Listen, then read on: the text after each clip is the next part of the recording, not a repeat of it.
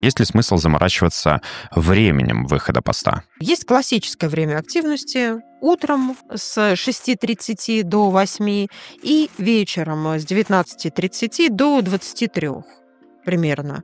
Ну, индивидуально у каждого считается своя. Я уже называла сервис, которым я на данный момент пользуюсь, LiveDune. Мгм. Там можно зайти, посмотреть время активности вашей аудитории, где-то там минут за 15, за полчасика до этого времени активности, выложить пост.